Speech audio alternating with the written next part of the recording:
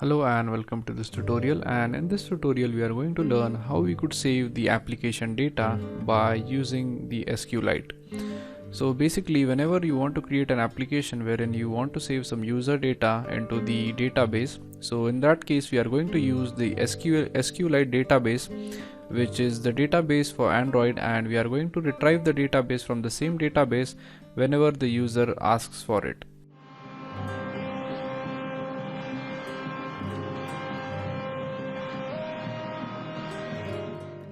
So in this tutorial what we are going to do is that we are going to create a small application which is going to accept list of products, and each and every product is going to get saved into the database, and we are going to provide a provision so that the user can view all the products in the database, and also the user will be able to delete any of the item from the database. So the first thing which you'll need to do is that we'll need to create a new Android project. So let's name this project as my data app. Click next and select the API level as 15. Click next, select a blank activity and let the name of our main activity be main activity. Now finally click finish. So as you could see, this is the basic layout of our application. So the first thing which we need to do is that we need to delete this text view right here. So we go ahead and delete it, and the next thing which we need to do is that we need to add a plain text field over here so that the user could enter some text. So we go down here and select the plain text, drag it over here and drop it. Now as you could see, the width of the text view is not appropriate, so we change the width by going into properties. So let's say the width is going to be 300 dp.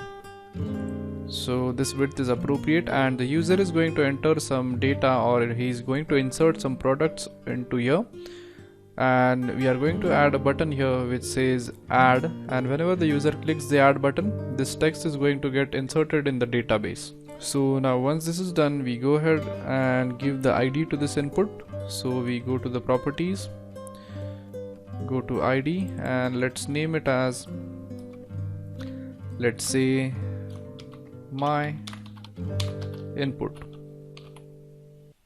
So once we have given this an ID, the next thing which we do is that we add two buttons. So one button would be for adding and the next one would be for deleting. So drag a button, drop it here, and drag another button and drop it here. So now once we have these two buttons, let's go ahead and let's name the first button as add. So we select the button, go to properties, and we select the property which is called as text. So we change the text to add. Now the next thing which we do is that we give an ID to this button. So we go back to properties and change this ID to add button. And also on clicking this button, as we want to implement some method, so we go down and it is going to ask us to update usages, so simply click yes. And now the next thing which we need to do is that we need to add a method when this button is clicked. So we go down in the properties and go to on click, and let's name the method as add button click. And once we have added the IDs and the on click to this button right here, the next thing which we do is that we do the same with this button. So we change the text of this button to delete. So we type in delete here, so we type delete. Then we go inside the ID field and change the ID. So the ID of the button should be, let's say, delete button. And we also add an on click to this. So inside on click we type in the method name as delete button click.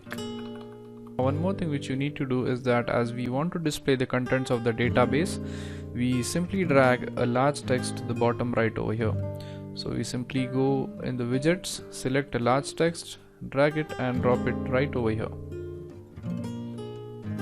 and you could place it a little bit to the right. Okay, now once you have the large text with you, we also change its ID. So we select it, go to properties, and inside ID we change the ID to my text. So once this is done, we are done with the layout. So as the layout explains, this is going to be the area where the user is going to insert a product, and whenever we are going to click this add button, this large text is going to get updated by the item which we have added, and this text right over here is going to display each and every item which is present in the database. Now let's say if you want to delete some item from the database, so you simply type in the name of the product right over here, and when you click the delete button, it is going to delete that particular item from the database. So that's it for this tutorial, and in the next tutorial we'll be learning how to set up a database and how to set up queries. So in this case, as we want to add some products onto the database, so first we need to define what a product is. So a product, or the item which we want to insert into the database, should have some properties. So in order to list out the properties of each and every product, we simply go ahead and create a new class.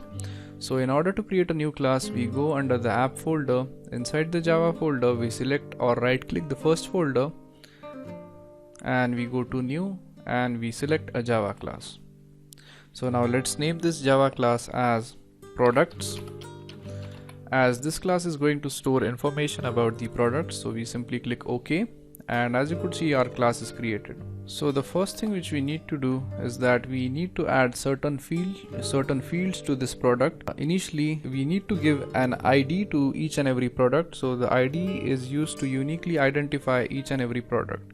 Now if you have some knowledge about MySQL, then you also might know about the primary key, about the ID, and how that ID has to be unique so that each and every item in your table can be easily identified. So the same concept applies here, and if you don't have some knowledge about MySQL, then it would be a bit difficult for you to understand this tutorial, and that is because we'll be using the same concepts of like creating a query, inserting into a table and all that. So make sure that you have some basic understanding of what SQL is, what a query is, and how to execute query and all that. Make sure that you read something about SQL before jumping into this tutorial. So basically what we are going to do is that we are going to give some attributes to this product. So the first property which we want to assign to it is going to be the ID. So we type private, and as the ID is going to be in integers, we type integer, and instead of directly specifying the ID, we type underscore ID, and we are also going to assign a product name to each and every product. So we type private string underscore product name, and actually you could go on and add as many properties as you want to a product, but for the sake of simplicity we are going to go with only two things which are the minimum required. So whenever you are going to create a table, you are always going to need an ID so as to identify each and every entry uniquely. So you always need an ID, and the next thing which we are passing along is going to be the product name, so that we could identify the product or for saving some data at that particular location. So once this is done, the next thing which we do is that we add a constructor. So we press Alt, press insert, select the constructor, and we are going to go with this constructor right here. So we click OK, and as you could see, the constructor is automatically set up for you. Now the next thing which we do is that we make sure that we remove the underscore from here as well as here. So now once it is done, your constructor is fixed and we are good to go. So now once this is done, we need to add some getters and setters to your code. So these getters and setters are nothing but to get the data and retrieve the data. So in order to add getters and setters, again we use the code completion. So first of all, we are going to add some setters. So go to setters and make sure that you select both of these, then click OK. And as you could see, the setters are added to your code. And now once this is done, we also get the getters. So again we use code completion. This time we click on the getters and also we select all of the getters, then click OK. And once this is done, we are pretty much done with the products.java class. So that's it for this tutorial, and in the next tutorial we'll be continuing by creating a database and adding on the values into it. So thank you very much for watching this tutorial, and I'll see you guys in the next tutorial. Thank you.